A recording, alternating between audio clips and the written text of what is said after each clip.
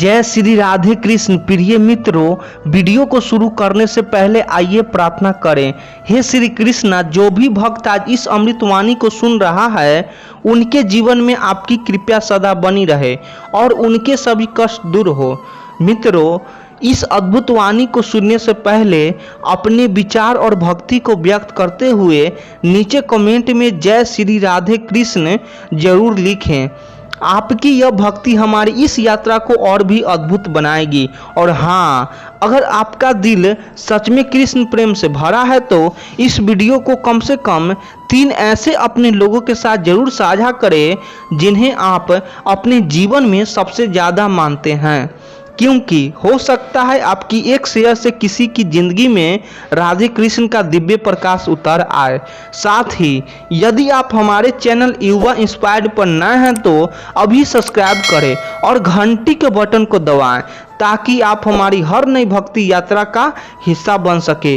तो चलिए बिना देरी किए इस दिव्य यात्रा की ओर बढ़ते हैं। श्री कृष्ण कहते हैं, जो होना रहेगा वो होकर ही रहेगा, लेकिन क्या तुम सिर्फ उसे होते देखोगे या फिर खुद उठकर उस कहानी को बदल दोगे जिसे सबने पहले से तय मान लिया है। कभी सोचा है, वक्त जब अपना फैसला सुनाता है तो हिम्मत वाले की चुप्पी भी ताली बन जाती है और डरपोक की चीख भी सन्नाटे में खो जाती है, क्योंकि किस्मत पहले परीक्षा लेती है और फिर नाम बताती है, पर मेहनत वो नाम भी बनाती है और कहानी भी। श्री कृष्ण कहते हैं, जो होना है वो तो होकर ही रहेगा, मगर सवाल यह है कि क्या तुम वैसे ही खड़े रहोगे जैसे सब खड़े रहते हैं, या तुम वह हो जो लकीरों के पार भी तकदीरें लिख देता है। क्योंकि जो होने वाला है वो 2 तरीकों से होता है, या तो वक्त करवाता है या तो खुद करवाता है। श्री कृष्ण कहते हैं, लोग कहते हैं सब पहले से तय है, तो फिर कर्म किस लिए? क्यों हर सुबह सूरज उगता है? अगर अंधेरा ही तय होता है, कहीं ऐसा तो नहीं कि जो होकर रहेगा वो तुम्हारे अंदर छुपे एक फैसले का इंतजार कर रहा हो। मत सोचना कि किस्मत सब लिख चुकी है, क्योंकि कभी कभी किस्मत भी थम जाती है जब इंसान ठान ले कि अब कहानी वो खुद लिखेगा। श्री कृष्ण कहते हैं, भले ही आज तक किसी स्त्री ने संगमरमर का ताजमहल खड़ा न किया हो, पर उनकी हथेलियों ने अनगिनत ईंटों को रिश्तों की खुशबू में पिरोकर करोड़ों मकानों को घर बना दिया है। और फिर भी हर साल दीपावली से पहले एक ऐसा कबाड़ी वाला आना चाहिए जो सिर्फ पुराने बर्तन, लोहे या अखबार ही नहीं, बल्कि टूटी हुई उम्मीदें, बिखरे हुए सपने और दरार में छिपी पुरानी फटी यादें भी अपने साथ ले जाए। कभी वो डाकिया भी लौट आया था मेरी चिट्ठी लेकर, बोला पता सही था, पर लोग अब बदल गए हैं, क्योंकि बदलते तो मौसम हैं पर इंसान अब अपना मौसम खुद बदल लेते हैं। अपनी वाणी की वीणा बनाओ, वान मत बनाओ, क्योंकि वीणा जीवन के राग और सुर भर देती है, पर बाण निकल जाए तो जीवन के कुरुक्षेत्र उतर आता है। तो दोस्तों, हम उम्मीद करते हैं कि आपको उपदेश और कहानी पसंद आए होंगे। श्री कृष्ण कहते हैं, अगर उपवास करने से भगवान खुश होते तो इस दुनिया का सबसे सुखी इंसान भिखारी होता, क्योंकि वह तो हर रोज भूखा रहता है। पर उपवास तो मन का होना चाहिए, विचारों का होना चाहिए, भावनाओं का होना चाहिए।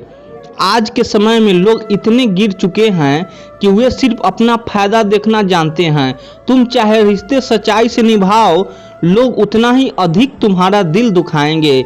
याद रखो, तुम्हारे जज्बात, तुम्हारा वक्त, तुम्हारा धन, इनसे कहीं ज़्यादा तुम्हारा स्वाभिमान और तुम्हारा स्वभाव कीमती है। इन्हें वहीं खर्च करो जहां उनकी कदर हो। बाकी दुनिया की चाल से दूर रहो, क्योंकि यहाँ किसी को तुम्हारे अच्छे या बुरे हाल की परवाह नहीं। लोग तुम्हें तुम्हारे नाम से पहचान सकते हैं, लेकिन याद सिर्फ तुम्हारे स्वभाव को ही रखा जाता है। और जब यह बात दिल में बैठ जाती है तो तुम्हें समझ आता है, दुनिया का सबसे बड़ा सहारा वही है जो हर सांस में तुम्हारे साथ है, जो तुम्हारे गिरने से पहले तुम्हें था लेता है और जो तुम्हारे टूटने पर भी तुम्हें संभाल लेता है। जिसे दुनिया कठिन समय कहती है वही असल में एक आईना है, जहां हमें दिखता है कि कौन सच में हमारे साथ है और कौन सिर्फ हमारी छांव में खड़ा था। फूल भी अजीब है, जब किसी को दे दो तो दिल आपस में बन जाते हैं, लेकिन वही फूल अगर किसी तस्वीर में टांग दो तो वह एक याद बन जाता है जिसमें सिर्फ बिछड़ने की खुशबू रह जाती है। स्त्री जब तक मौन रहती है लोग उसे संस्कारों कहते हैं, लेकिन जैसे ही वो अपने हक के लिए बोलती है उसी जुबान को लोग तलवार कह देते हैं और उसी साहस को चरित्रहीनता के नाम दे देते हैं। समाज के इस खेल में सच्चाई मूल्य हमेशा भारी रहा है।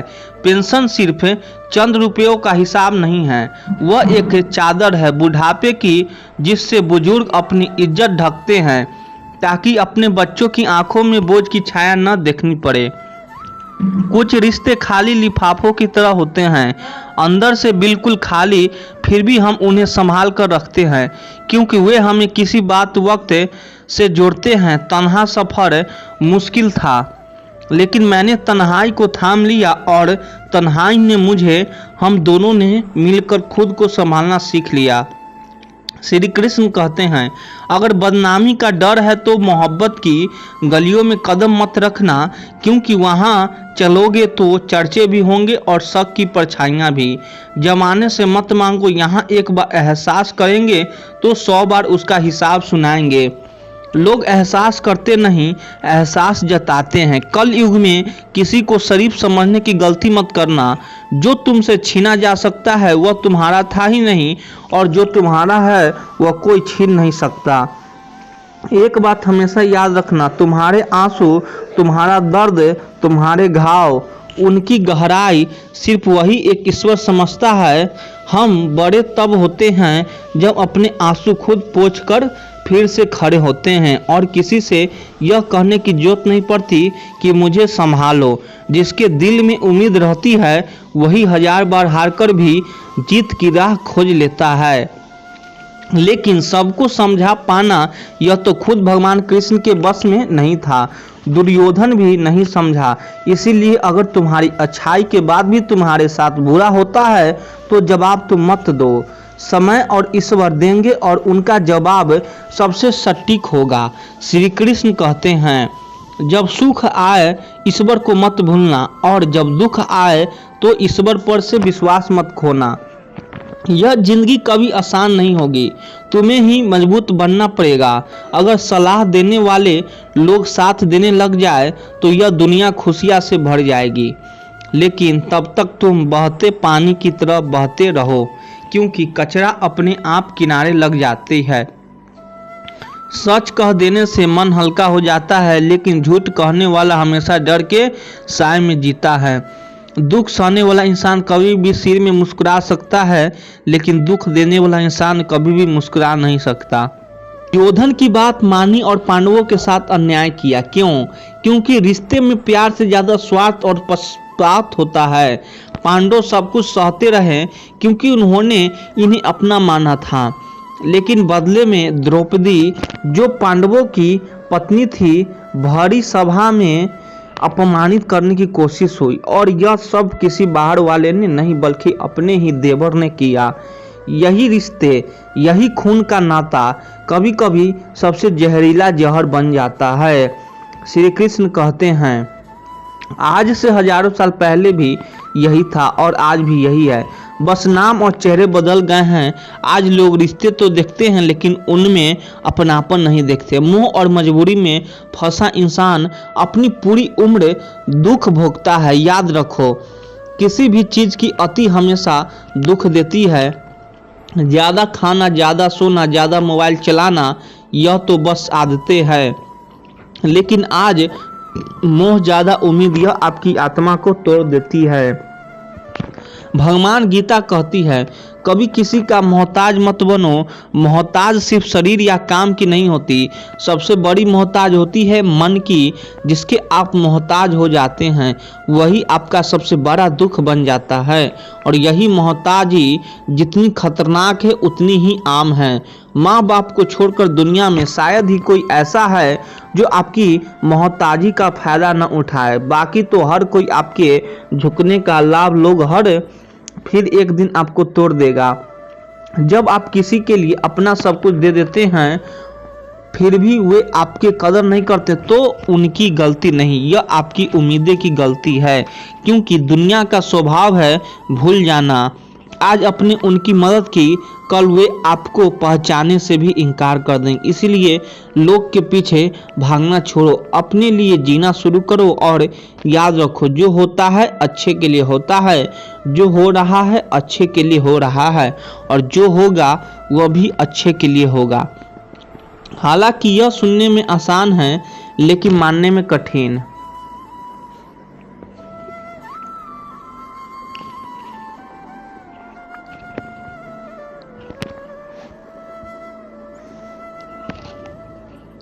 जब कोई आपको चोट देता है तो वो आपको यही सिखाता है कि आप किसके लिए लड़ रहे थे और क्या वह वास्तव में उसके लायक था।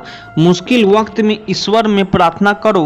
प्रार्थना का मतलब भीख मांगना नहीं होता बल्कि शक्ति मांगना होता है, ताकि आप खुद को उस कठिन परिस्थिति से बाहर निकाल सके। श्री कृष्ण कहते हैं, कभी गौर किया है जो इंसान सबसे ज़्यादा रिश्ते निभाता है सबसे ज़्यादा लोग उसी को तोड़ते हैं। क्यों? क्योंकि इस दुनिया में अच्छे दिल को कमज़ोर समझ लिया गया है। इसीलिए रिश्तों के नाम पर अपनी ज़िंदगी मत जला दो।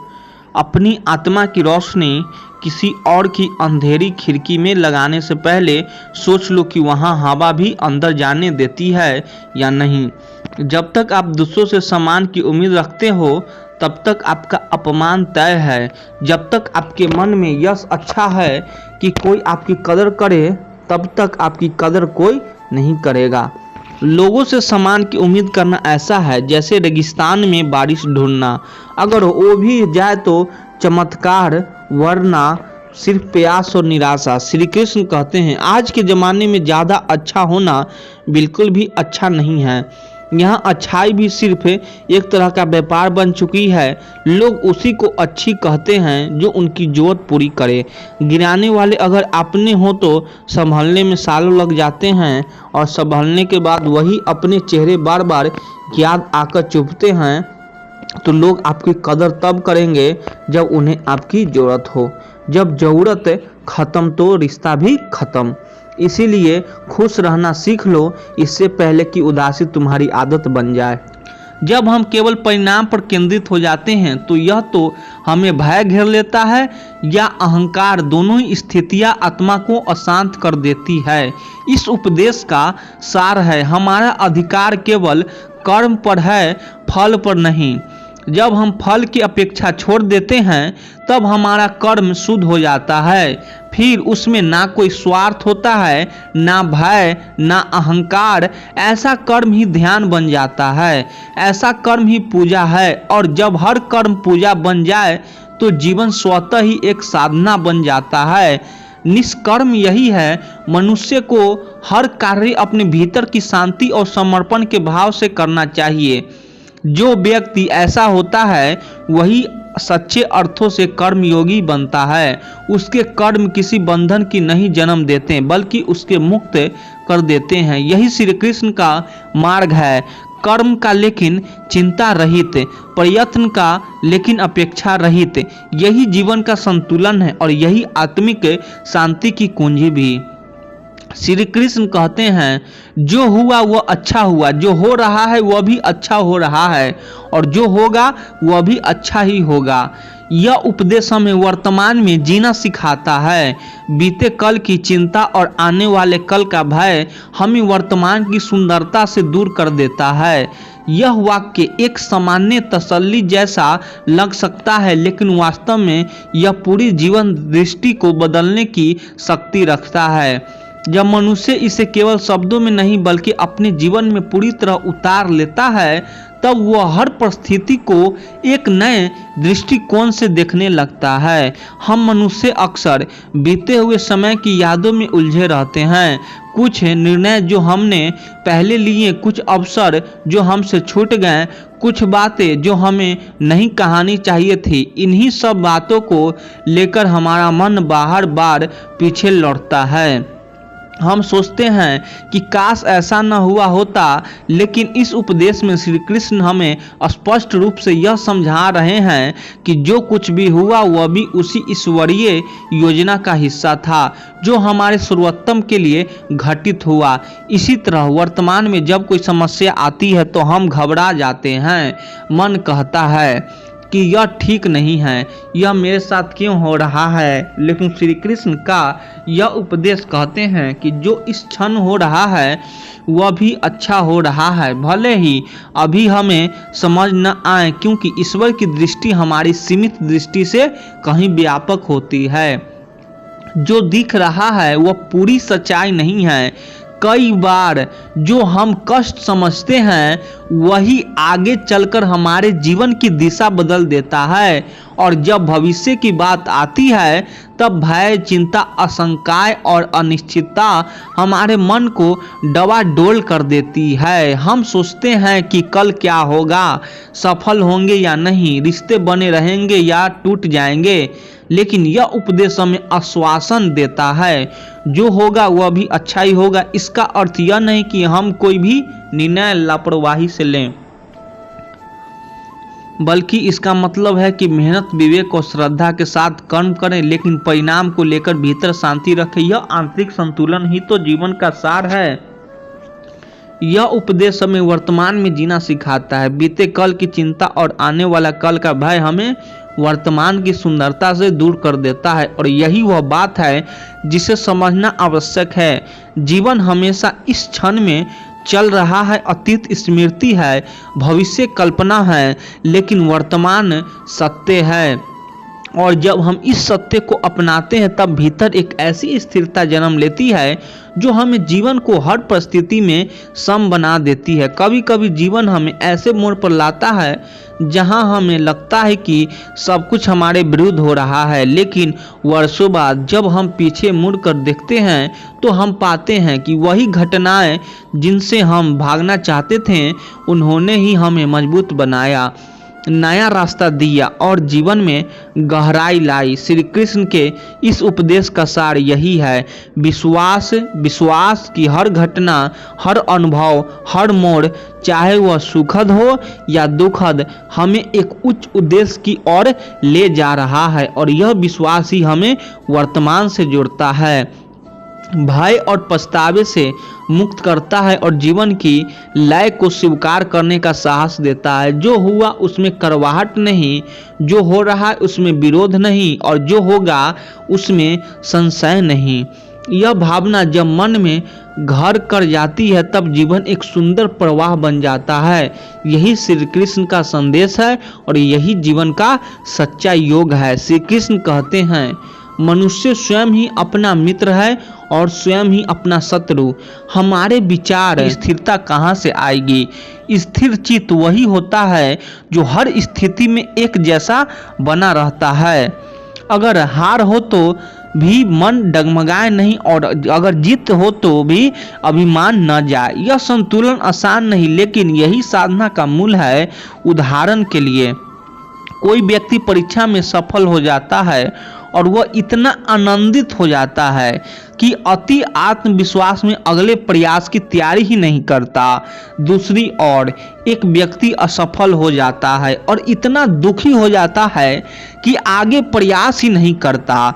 दोनों ही स्थितियां असंतुलन की है, लेकिन जो व्यक्ति शांति से सफलता को सहजता है और असफलता को सीख की तरह स्वीकार कर आगे बढ़े, वही सच्चा योगी है। यह उपदेश जीवन की उस अवस्था की ओर इशारा करता है जहां व्यक्ति हर घटना को केवल घटना की तरह देखता है, ना तो उसमें डूबता है ना ही उसमें भागता है। उसका चित्त एक गहरे जल की तरह शांत होता है, जहां सतह पर भले ही लहरें हो लेकिन गहराई हमें स्थिरता होती है। ऐसी स्थिरता जब भीतर आ जाती है तब बाहरी दुनिया चाहे जैसे व्यवहार करे, अपमान दे, प्रशंसा करे, धन दे, छीन ले, वह व्यक्ति भीतर से ईग बना रहता है। उसे पता होता है कि जीवन की हर घटना परिवर्तनशील है, लेकिन उसका आत्मस्वरूप अटल है। जो व्यक्ति इस अवस्था को प्राप्त कर लेता है वह न केवल सच्चा योगी होता है बल्कि आत्मज्ञानी भी बन जाता है, क्योंकि अब उसका मन बाहर से संचालित नहीं होता, वह भीतर से निर्देशित होता है। और यही अस्थाई जीवन की सबसे सुंदर स्थिति है, जहाँ न तो खुशी तुम्हें बहा ले जाती है, ना ही दुखी तुम्हें डुबा पाता है। यही श्री कृष्ण का योग है, जहाँ चित्त लहरों से नहीं गहराई से जीता है। श्री कृष्ण कहते हैं, हर जीव मुझसे उत्पन्न हुआ है और अंत में मुझे में ही लीन हो जाएगा। हम सब ईश्वर के अंश है। जब यह ज्ञान मन में जागता है तब जीवन में घमंड, अलगाव और द्वेष समाप्त हो जाता है। इस उपदेश का संबंध केवल आध्यात्मिक सिद्धांतों से नहीं है, बल्कि यह हमारे व्यवहार, सोच और जीवन जीने के दृष्टिकोण को पूरी तरह बदल सकता है। श्री कृष्ण जब कहते हैं कि हर जीव मुझसे उत्पन्न हुआ है तो उसका आश्रय केवल मनुष्य से नहीं है। इसमें पशु, पक्षी, कीट, वनस्पति, यहाँ तक कि पत्थर, जल, अग्नि, आकाश सब कुछ सम्मिलित है। इसका अर्थ यह हुआ कि सृष्टि में जो कुछ भी है वह ईश्वर से ही निकला है, और जो निकलता है वही एक दिन उसी से में विलीन हो जाएगा। जैसे नदी समुद्र से निकलती है और अंततः समुद्र में ही समा जाती है, यह बात जितनी सरल दिखती है उतनी गहरी भी है। जब कोई व्यक्ति यह अनुभव कर लेता है कि वह केवल एक शरीर नहीं है बल्कि उस परम चेतना का अंश है जो संपूर्ण ब्रह्मांड में व्याप्त है, तब उसका पूरा अस्तित्व बदलने लगता है। वह फिर दूसरों को अलग नहीं मानता, फिर कोई दूसरा बचता ही नहीं। हर चेहरा, हर आत्मा उसे उसी परमात्मा का रूप दिखाई देने लगती है। जब कोई समझता है कि मैं ईश्वर से निकला हूँ और उसी में एक दिन लीन हो जाऊंगा, तो जीवन में दो परिवर्तन स्वतः आ जाते हैं, विनम्रता और समर्थता। विनम्रता इसीलिए आती है क्योंकि फिर अहंकार का कोई स्थान नहीं रहता। जब सब कुछ उसी से उत्पन्न है और हम सब एक ही स्रोत से निकलते हैं तो फिर कोई बड़ा या छोटा नहीं है। जो कुछ मिला है, बुद्धि, धन, रूप, शक्ति, वह सब उसी से प्राप्त है। यह सब हमारे अपने नहीं है, यह हमें उस परम स्रोत से मिला हुआ है। एक कर्तव्य है, एक सेवा है, असमर्थता है, इसलिए आती है क्योंकि फिर किसी से द्वेष नहीं होता। अगर सामने वाला भी उसी परमात्मा से निकला है जैसे मैं निकलता हूँ, तो फिर उसमें और मुझ में भेद कैसा फिर जाती है। धर्म, रंग, भाषा, समाज, ये सारे भेदभाव समाप्त हो जाते हैं। जैसे किसी एक सूर्य से अनेक किरणें निकलती है, वैसे ही श्री कृष्ण कह रहे हैं, हर जीव मुझसे निकला है और जैसे हर किरण अंत में फिर से उसी सूर्य में विलीन हो जाती है, वैसे ही हर आत्मा अंततः उसी परमात्मा में लौटती है। यह ज्ञान हमें जीवन को एकता के भाव से देखने की दृष्टि देता है। हम केवल मेरा और तेरा बेटे नहीं रहते, हम सेवा करते हैं क्योंकि हर जीव में उसी परमात्मा का अंश है। हम किसी का अपमान नहीं करते क्योंकि अपमान करना मानो उसी ईश्वर का अपमान करना है। जो व्यक्ति इस उपदेश को अपने जीवन में पूरी तरह समझ लेता है, उसके जीवन घमंड चला जाता है। वह हर किसी को समान की दृष्टि से देखने लगता है, चाहे वह कोई छोटा बच्चा हो या वृद्ध, गरीब हो या धनी, पशु हो या पक्षी, उसे हर जगह ईश्वर का दर्शन होता है और यही दृष्टि जीवन को पूर्ण बनाती है। जब यह समझ भीतर जाग जाती है कि मैं उसी से आया हूँ और उसी में लौटना है, तब मनुष्य का व्यवहार बदलता है, उसका दृष्टिकोण बदलता है और वह संसार में रहकर भी उस परम तत्व से जुड़ा हुआ अनुभव करता है। यही श्री कृष्ण के इस उपदेश की सबसे बड़ी शक्ति है। यह हमें हमारी असली पहचान से जोड़ता है। यह बताता है कि हम केवल शरीर, नाम, पद या संबंध नहीं हैं, हम सभी एक ही ईश्वर की ज्योति से प्रकट हुए उस अद्वितीय प्रकाश के अंश से है। श्री कृष्ण कहते हैं, मुझे जो शक्ति से भी प्रेम से एक पत्ता, फूल या जल भी अर्पण है, मैं उस सादर स्वीकार करता हूँ। ईश्वर को बड़ी चीज़ें नहीं चाहिए, बस हृदय की सच्ची भावना चाहिए। प्रेम भक्ति का मूल है। इस उपदेश में श्री कृष्ण भक्ति के उस स्वरूप को उजागर करते हैं जो दिखावे, परंपराओं या बाहरी भव्यता से नहीं, बल्कि मन की सरलता और हृदय की सच्चाई से जुड़ा है। यह श्लोक गीता के 9वें अध्याय का है और इसे समझना जीवन के ही नहीं, ईश्वर से संबंध को भी पूरी तरह बदल सकता है। जब हम ईश्वर की पूजा की बात करते हैं तो अक्सर ध्यान बाहरी चीज़ों पर चला जाता है कि कितना सुंदर भोग चढ़ाया गया, मंदिर कितना विशाल है, पूजन विधि कितना जटिल है, वस्त्र, दीप, माला, शंख, सब कुछ। लेकिन श्री कृष्ण इस श्लोक के माध्यम से उस मूल तत्व की ओर ध्यान दिलाते हैं और वह है प्रेम। वे कहते हैं, अगर कोई मुझे प्रेम से, भक्ति से एक पत्ता भी चढ़ा दे, एक फूल, एक फल या थोड़ा सा जल भी दे दे, तो मैं उसे स्वीकार कर लेता हूँ। यहाँ स्वीकार का अर्थ केवल लेना नहीं है, इसका अर्थ है उसे पूरे सामान से अपनाना। इसमें सबसे महत्वपूर्ण बात है, भक्ति से, प्रेम से, यानी वस्तु कितना बड़ी है इसका कोई महत्व नहीं, महत्व है कि वह प्रेम पूर्वक दी गई है या नहीं। आप सोने का मुकुट चढ़ाएं लेकिन उसमें प्रेम ना हो तो वह केवल एक वस्तु रह जाएगी। लेकिन अगर कोई गरीब किसान खेत से एक पत्ता तोड़कर सच्चे प्रेम से अर्पण कर दे तो वह ईश्वर के लिए अमूल्य बन जाता है। यह उपदेश हमें सिखाता है कि ईश्वर को पाने के लिए कोई विशेष पद, जाति, धन, विद्वता या सामाजिक सम्मान की आवश्यकता नहीं है। उन्हें चाहिए केवल भावना, केवल भक्ति।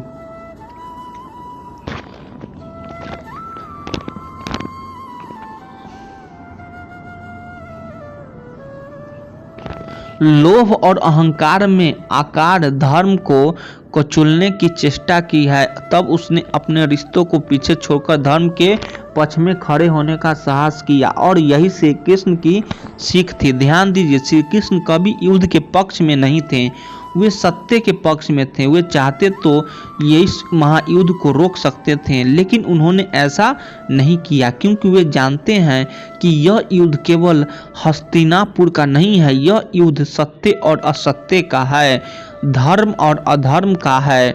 और इस युद्ध में तटस्थ रहना भी अधर्म का साथ देना होता है। यह उपदेश हमें आज भी उतना ही गहराई से प्रभावित करता है। जब कोई माता पिता अपने बच्चों को गलतियां देखकर भी उन्हें छिपाते हैं, वे असत्य का पक्ष लेते हैं। जब कोई मित्र अपने दोस्त की गलती को नज़रअंदाज करता है क्योंकि वह अपना है, वह अधर्म का समर्थन करता है। जब कोई समाज किसी बड़े आदमी के पापों को अनदेखा करता है केवल उसके नाम, शक्ति या पद के कारण, तो वह भी धर्म से दूर हो जाता है। धर्म का साथ देना मतलब यह नहीं है कि तलवार उठानी है। धर्म का साथ देने का मतलब है सत्य के साथ खड़े रहना, अन्याय का विरोध करना, मूल्य को गिरने से बचाना और न्याय के लिए आवाज उठाना, चाहे वह कितनी ही कठिन क्यों न हो। और ऐसा तभी संभव होता है जब व्यक्ति भीतर से स्पष्ट हो, जब उसका विवेक जागृत हो, जब वह निर्णय कर सके कि कौन सा कार्य केवल अपनों के लिए साथ है और कौन सा सत्य का साथ है। इसीलिए श्री कृष्ण हमें सिखाते हैं कि अपने और पराये की भावना से ऊपर उठो, देखो कि कौन सत्य पर है, कौन न्याय के साथ है, और फिर निडर होकर मोह को त्याग कर उसी के साथ खड़े हो जाओ।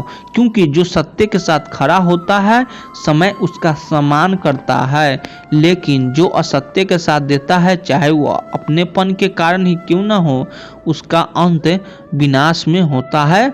यह श्री कृष्ण का धर्म है जिसमें ना रिश्ते निर्णायक होते हैं, न भावनाएं, केवल सत्य, केवल धर्म।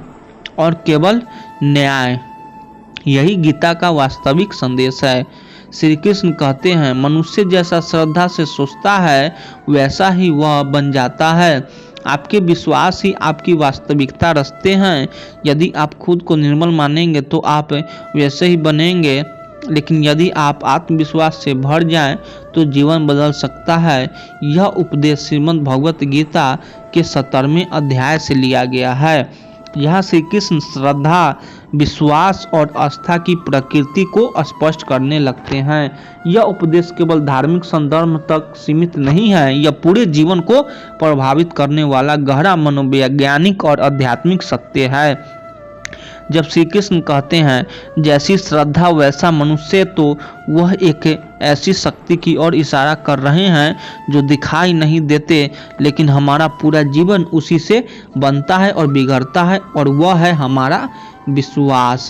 हर विचार जो हमारे भीतर बार बार आता है वह धीरे धीरे हमारे स्वभाव, हमारे कर्म और हमारे भविष्य का रूप ले लेता है। यदि कोई बालक हर दिन यह सोचता रहे कि मैं बुद्धू हूँ, मैं कुछ नहीं कर सकता, मेरे अंदर कोई योग्यता नहीं है, तो चाहे वो कितना ही योग क्यों न हो, उसका आत्मविश्वास उसे आगे बढ़ने ही नहीं देगा।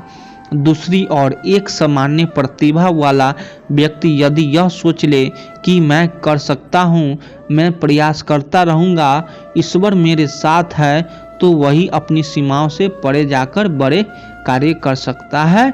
यह उपदेश हमें यह भी सिखाता है कि हमारी सोच ही हमारी सीमाएं तय करती है। कभी कभी भगवान हमें सबसे बड़ा उपहार देते हैं, अकेलापन, ना कोई पास ना कोई सहारा, बस हम और हमारे अंदर बैठा। और जिस दिन हमने खुद से प्रेम करना सीख लिया, उसी दिन ब्रह्मांड ने हमारी झोल भरनी शुरू कर दी। श्री कृष्ण कहते हैं जो खुद को जान लेता है वह सबसे बड़ा विजेता होता है। युद्ध भूमि में अर्जुन अकेला था, दुनिया उसके खिलाफ थी, भाई, रिश्तेदार, गुरु सब शत्रु बनकर सामने खड़े थे। पर जब अर्जुन ने श्री कृष्ण की ओर देखा तब उसने अकेलेपन में परम सहारा पा लिया। कृष्ण ने कहा, ना तू अकेला है, ना तू निर्मल, मैं तेरा सारथी हूँ, तू सिर्फ मेरा नाम ले। और वहीं से शुरू हुआ आत्मबल का जन्म। आज हम हर दिन दूसरों से जुड़ने की कोशिश करते हैं, सोशल मीडिया, कॉल्स, मीटिंग्स, लेकिन खुद से जुड़ने का वक्त कब आता है? सुबह उठो और एक पर्सन खुद से पूछो, क्या मैं अपने साथ खुश हूँ? अगर जवाब नहीं है तो समझिए सबसे पहली यात्रा यही होनी चाहिए। जो व्यक्ति खुद की संगत में शांत रह सके वही दूसरे को भी सच्ची संगत कर सकती है। कृष्ण कहते हैं, सुख बाहर नहीं अंतकरण में है, तो कैसे करे आत्मसमर्पक। प्रत्येक दिन 10 मिनट मौन रहिए, कोई विचार नहीं, कोई अपेक्षा नहीं, प्रश्न पूछिए, मैं कौन हूँ, मेरी खुशी का स्रोत क्या है। आभार व्यक्त कीजिए, जो कुछ भी है वही बहुत कुछ है। धीरे धीरे जब मन शांत होता है तो वहाँ कोई शब्द नहीं होता, वहाँ कृष्ण होते हैं। श्री कृष्ण ने कभी अर्जुन से कुछ मांगा नहीं, उन्होंने सिर्फ श्रद्धा मांगी। जब आप मांगना छोड़ देते हैं तो ब्रह्मांड देना शुरू कर देता है। तू सिर्फ कर्म पर फल में दूंगा, और जब तू मुझ में लीन हो जाएगा तब बिन मांगे भी सब मिलेगा। एक छोटा बच्चा अनाथ था, भीख मांगता था। एक दिन एक साधु ने उसे श्रीमद् भगवत गीता की एक छोटी सी प्रति दी। वह पढ़ नहीं सकता था, पर हर रोज वो किताब के सामने बैठता और कहता, हे कृष्ण, मैं कुछ नहीं मांगता, बस तेरे चरणों में बैठने दे। समय बदला, एक संत ने उसे पढ़ाना सिखाया। वो बड़ा हुआ और एक दिन आश्रम चलने लगा। हजारों भूखों को भोजन देने वाला बन गया। बिना मांगे सब मिला। क्यों? क्योंकि उसने मांगा नहीं, सिर्फ कृष्णा को अपनाया। हम जब जन्म लेते हैं कोई साथ नहीं होता है, हम जब मृत्यु को प्राप्त होते हैं कोई साथ नहीं जाता, तो फिर क्यों न इस जीवन में अपने भीतर बसे कृष्ण से रिश्ता जोड़ें। जब हम इस अकेलेपन को आत्मिक मिलन में बदल देते हैं तब हमारा अकेलापन प्रभु का सानिध्य बन जाता है। भ्रम यह है कि अकेलापन कमजोरी है, पर हकीकत यह है यह सबसे बड़ी आध्यात्मिक शक्ति है। एकांत वह स्थान है जहाँ संत ध्यान करते हैं, महात्मा आत्मा से जुड़ते हैं और भक्त अपने आराध्य को अनुभव करते हैं। जब तू खुद से प्रेम करेगा तो कृष्णा तुझसे प्रेम करने आ जाएंगे। श्रीमद् भगवत गीता हमें सिखाती है कि अकेलापन कोई दंड नहीं, यह ईश्वर की तपस्या है। भीड़ में रहकर ध्यान भटकता है, पर अकेले रहकर ध्यान कृष्ण में लगता है। जो इस रहस्य को समझ गया वह संसार में रहते हुए भी निर्लिमित रह सकता है। प्रिय भक्तों, आज का संदेश यही है, खुद से प्रेम करो, खुद को अपनाओ। जब तुम स्वयं को स्वीकार कर लोगे तो दुनिया तुम्हें पहचानना शुरू कर देगी। श्री कृष्ण कहते हैं, मैं उसके पीछे पीछे चलता हूँ जो मुझ में लीन हो गया है, उसे जीवन में सब कुछ मिलेगा और वह भी बिना मांगे। वह रिश्तों में है, मैं अकेला हूँ। पर श्री कृष्ण कहते हैं, दूसरों की यात्रा से अपनी आत्मा की तुलना मत करो। हर आत्मा की गति अलग है, उसका लक्ष्य भी अलग है। जो आज अकेला है वह कल का योगी हो सकता है, जो आज तन्हा है वह कल का तपस्वी हो सकता है। एकांत में जब आप पूरी तरह शांत हो जाते हो तो एक चमत्कार होता है। आपके भीतर में से एक आवाज़ आती है। वो आवाज़ कहती है, तुमने खुद को भुला दिया था, मैं तुम्हारी आत्मा हूँ, अब उठो और श्री कृष्ण के साथ चलो। अकेलापन कभी भी खाली नहीं होती, यह एक आमंत्रण है ईश्वर से मिलने का। जो मौन सुन सकता है वह ब्रह्मा की भाषा समझ सकता है। एक प्रश्न जो आप हर रात खुद से पूछिए, क्या मैंने आज खुद को सुना? ना दुनिया को, ना मोबाइल को, ना टीवी को, सिर्फ खुद को। यदि हाँ तो आप कृष्ण के मार्ग पर हैं।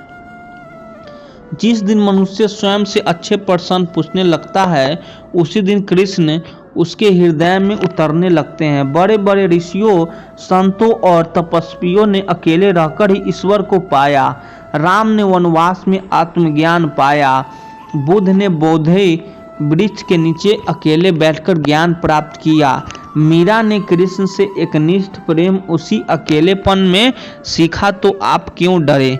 एकांत तुम्हें खोने नहीं संवारने आया है। इस मार्ग पर अकेले चलना ही सच्ची भक्ति है। आज लोग इसीलिए दुखी हैं क्योंकि वह हर चीज के लिए किसी और पर निर्भर है। प्यार के लिए पार्टनर चाहिए, हौसले के लिए दोस्त चाहिए, मंजिल के लिए सहारा चाहिए। पर जो श्री कृष्ण से जुड़ जाता है वह भीतर से ही पूर्ण हो जाता है। कृष्ण भक्त आत्मनिर्भर होता है क्योंकि उसका सहारा परमात्मा होता है। श्री कृष्ण का संदेश है, बांधो मत, मांगो मत, रुको मत, बस जुड़े जाओ। मुझसे जैसी नदी सागर से जुड़ती है फिर मैं ही तुम्हारे जीवन की धार बन जाऊंगा। एक बार जब यह आत्मिक संबंध बन गया तो कोई रिश्ता, कोई वस्तु, कोई बात तुम्हें अधूरा महसूस नहीं करवाएगी। कभी कभी ईश्वर जानबूझकर हमें अकेला करता है। क्यों? क्योंकि जब तक हर रिश्ता टूटता नहीं हम उन्हें पुकारते नहीं, पर जब सब दूर चल जाते हैं तब वह धीरे से कहते हैं, अब तू अकेला नहीं है, अब मैं तेरे पास हूँ। यह अकेलापन कोई सजा नहीं, यह तुम्हारी आत्मा की पुकार है। कृष्ण को अपने जीवन में लाने की अर्जुन ने मांगा क्या था? कुछ नहीं। पर कृष्ण ने दिया क्या? ज्ञान, दर्शन, सुरक्षा और मोक्ष बिना मांगे भी सब मिला, क्योंकि अर्जुन ने समर्पण किया था। जो समर्पण करता है उसे कृपया ढूंढती नहीं, उसे कृपया खुद ढूंढ लेती है। प्रिय आत्मा, यदि आज तुम अकेले हो तो घबराओ मत। तुम्हारी आत्मा यही कह रही है, अब सब कुछ छोड़ो और बस मुझसे जुड़ जाओ। श्री कृष्ण तुम्हारी प्रतीक्षा कर रहे हैं, तुम्हारे मौन में, तुम्हारी एकांत में, तुम्हारे भीतर। अब उठो, अपने भीतर देखो और कहो, हे नंदलाल, मैं अब किसी से कुछ नहीं मांगूंगा, मैं तुझसे जुड़ूंगा और तुझ में ही सब कुछ पा जाऊंगा। अच्छे वीडियो लगे तो चैनल को सब्सक्राइब कर दीजिए। आप लोग सपोर्ट करिए। धन्यवाद।